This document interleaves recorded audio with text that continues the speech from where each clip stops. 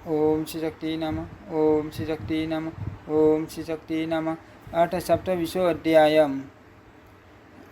वानर मुख नारद से दमयंती का विवाह, नारद तथा पर्वत का परस्पर शाप मोचन।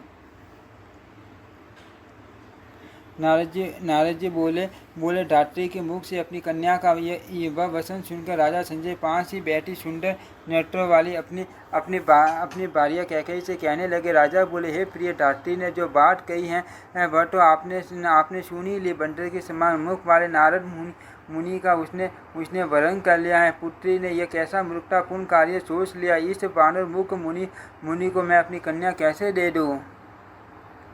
कहाँ भिक्षाटन करने वाला यह कुरूप भिक्षुक और कहाँ मेरी पुत्री दमयंती। ऐसा विपरीत संपन्न कभी नहीं करना चाहिए। हे सुंदर केशों वाले, आप मुनि पर आसक्त अपनी उस भोली पुत्री को एकांत में शास्त्रों तथा व्रत पुरुषों के मर्यादित वचन बतलाकर युक्ति पूर्वक की शर्त से मुक्त करो। पति की बात सुनकर माता ने उस कन्या से कहा आपका ऐसा रूप और कहाँ वह धनी वानर मुख मुनि, आप लता के समान कोमल देह वाली और यह मुनि भस्म लगाने के कारण कठोर देह वाला है।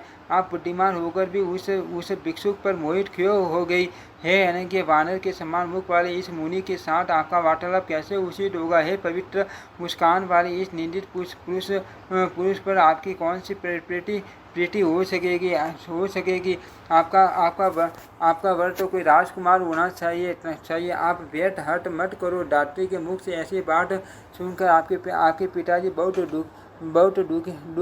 आपके पिताजी को बहुत दुख हुआ है। बबलू के वृक्ष से लिपटी हुई कोमल मालती लता को देखकर किसी बुद्धिमान व्यक्ति का मन दुखित नहीं होगा। इस पृथ्वी तल पर ऐसा कौन मूर्ख होगा जो खाने के लिए ऊंट को कोमल पान के पत्ते देगा। विवाह होते समय नारद के पास बैठकर आपको उसका हाथ पकड़े हुए देख किसका हड्डी नहीं जल उठेगा। इस कुत्सित मुख वाले के साथ बात करने में कोई रुचि भी तो नहीं उत्पन्न होगी। फिर इसके साथ आप मृत्यु पर्यंत अपना समय कैसे व्यतीत करोगी। नारद जी बोले, माता की यह बात सुनकर मेरे प्रति दृढ़ निश्चय वाली उस कोमलांगी दमयंती ने अत्यंत व्याकुलता पूर्वक अपनी माता से कहा रस मार्ग से अनभिज्ञ तथा कमला ज्ञान से रहित मूर्ख राजकुमार के सुंदर मुख रूप धन तथा राज्य से मेरा क्या प्रयोजन। हे माता, वन में रहने वाली वे हरिणियाँ धन्य हैं जो नाश से मोहित होकर अपने प्राण भी दे देती हैं, किंतु इस भूलोक में रहने वाले उन मूर्ख मनुष्यों को धिक्कार है जो मधुर शब्द से प्रेम नहीं करते। हे माता, नारद जी जिस सप्त स्वर में विद्या को जानते उसे भगवान शंकर को छोड़कर तीसरा अन्य कोई भी व्यक्ति नहीं जानता। मूर्ख के साथ रहना प्रतिशत मृत्यु के समान होता है। अतः सुंदर रूप से संपन्न तथा संपत्तिशाली होते हुए भी गुण रहित पुरुष को सर्वदा के लिए त्याग देना चाहिए। व्यर्थ गर्व करने वाले मूर्ख राजा की मित्रता को धिक्कार है। वचनों से मुख प्रदान करने वाले गुणवान भिक्षु की मित्रता श्रेष्ठ है। सबर का ज्ञाता ग्रामों की पूरी जानकारी रखने वाला मूर्छना के भेड़ों को सम्यक प्रकार से समझने वाला तथा आठों रसों को जानने वाला दुर्बल पुरुष भी संसार में दुर्लभ हैं। जिस प्रकार गंगा तथा सरस्वती नदियाँ कैलाश ले जाती हैं, उसी प्रकार सबर ज्ञान में अत्यंत प्रवीण पुरुष शिवलोक पहुँचा देता है। जो व्यक्ति सबर के प्रमाण को जानता है वह मनुष्य होता हुआ भी देवता है, किंतु जो सबर के सप्त भेद का ज्ञान नहीं रखता वह पशु के समान होता है। सा इंद्रिय क्यों न हो मूर्छना तथा तान मार्ग को सुनकर जो आदित नहीं होता उसे साक्षात पशु समझना चाहिए, बल्कि सबर प्रेमी हरिणियों को पशु नहीं समझना चाहिए। विषय सर्वश्रेष्ठ है, क्योंकि वह कान न होने पर भी मनोनाद सुनकर प्रफुल्लित हो जाता है, किंतु उन मनुष्यों को धिक्कार है जो कर्ण युक्त रहने पर भी नाद सुनकर आनंदित नहीं होते। मधुर स्वर से गाए गए गीत को सुनकर बालक भी प्रशंसित हो जाता है, किंतु जो वृद्ध गान के रहस्य को नहीं जानते उन्हें धिक्कार है। क्या मेरे पिताजी नारद के बहुत से गुणों को नहीं जानते। तीनों लोकों में उनके समान साम गान करने वाला दूसरा कोई भी नहीं है। अतः नारद से प्रेम हो जाने के कारण मैंने पहले से ही इनका वर्ण कर लिया है। गुणों के निदान ये नारद शाप बस बाद में वानर के समान मुख वाले हो गए हो गए अश्व के समान मुख वाले किन्नर गान विद्या से संपन्न होने के कारण किसको प्रिय नहीं होते, किसके सुंदर मुख से क्या प्रयोजन है। हे माता, आप मेरे पिताजी से कह दे कि मैं मुनिश्रेष्ठ नारद का वरण कर चुकी। अतः हर्ष छोड़कर आप प्रसन्नतापूर्वक मुझे उन्हीं नारद को सौंप दे। नारद जी बोले, पुत्र की बात सुनकर तथा नारद मुनि में उसका अनुराग जानकर परम सुंदरी रानी ने राजा से कहा, हे राजेंद्र, अब आप किसी शुभ दिन में नारद मुनि के साथ दमयंती का विवाह कर दीजिए, क्योंकि वह मन ही मन उन्हीं स्वर्गीय मुनि का वरण कर चुकी है। नारद जी बोले, इस प्रकार रानी कैकेयी के प्रेरित करने पर राजा संजय ने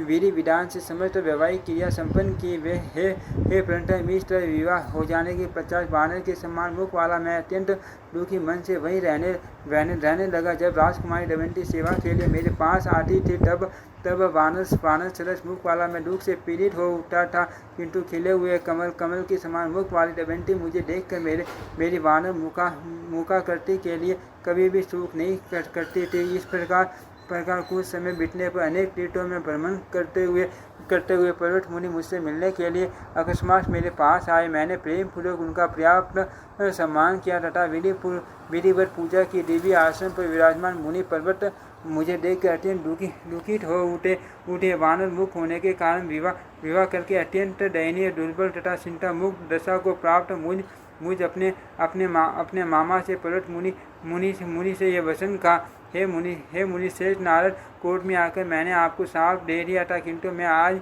उस शाप का निवारण करता हूँ।